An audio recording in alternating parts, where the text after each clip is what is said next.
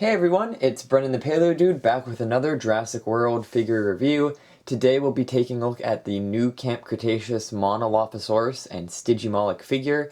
Now these guys recently came out here in Canada, and I've been seeing the Charlie figure as well, which has got a re-release, which is really nice for collectors that weren't able to grab that one before.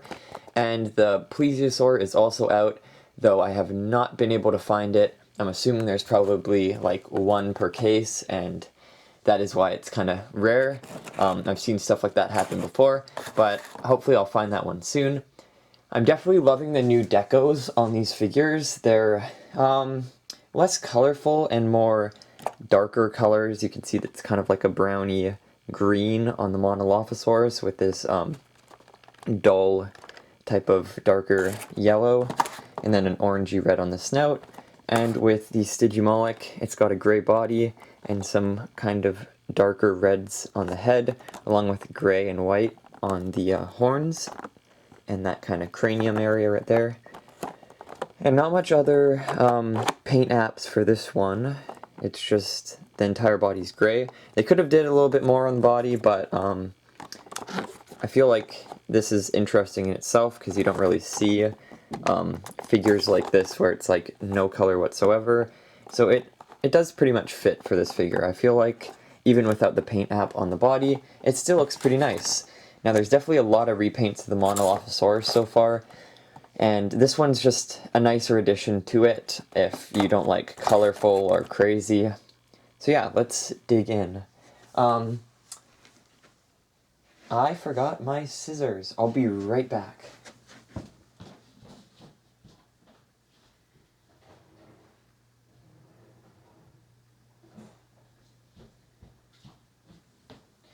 Bingo, got them. Right now I'm in the middle of moving, so I don't have other figures out to compare these guys with. They're all packed away at the moment, but hopefully soon I'll do a big unboxing of all of my figures. They're all in Rubbermaids and Tupperwares and all sorts of containers packed away. It was quite crazy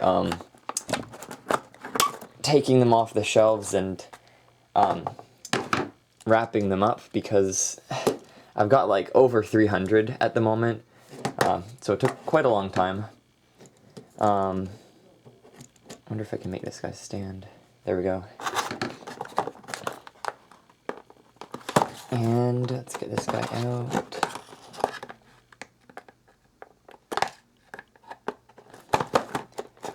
And if you guys see in the back there, I have the that new Rex that came out in the States, the extreme damage one.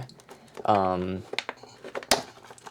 got a heads up to find that one. If you saw my video that I posted, the kind of haul video, I mentioned that guy in there, and it's crazy because we here in Canada we tend to get things like a month later, but this guy came out like a day or two after it came out in the States, which is really good to see Mattel upping their distribution, right?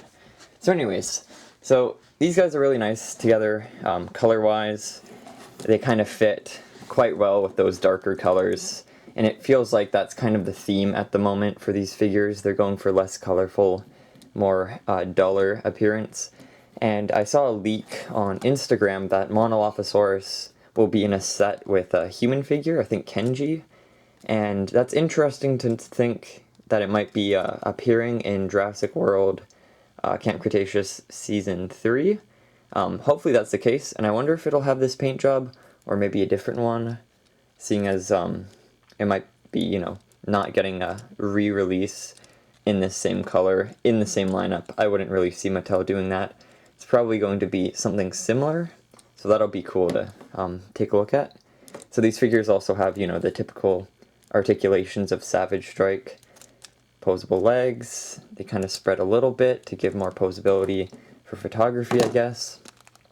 Not this one though, for some reason. They don't spread, they just go forward and back. And the action features are the typical ones we all know. The head ramming, and the biting features. And for comparison, let's grab my only human figure that I left out of packaging. I accidentally forgot this guy, but came in handy for reviews. So there we go. That's their size compared to the human figures. And now let's grab their scan codes.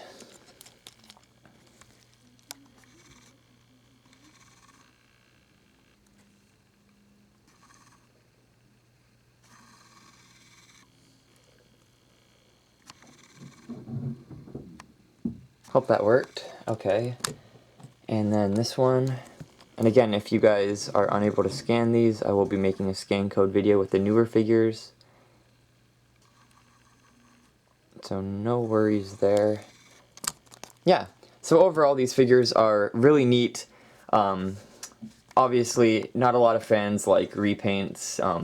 Some people find them like annoying to constantly either buy or avoid, but I like them. It gives more diversity in different patterns and colors and schemes that you can use in photography, and they also look good on the shelves regardless of what color they have.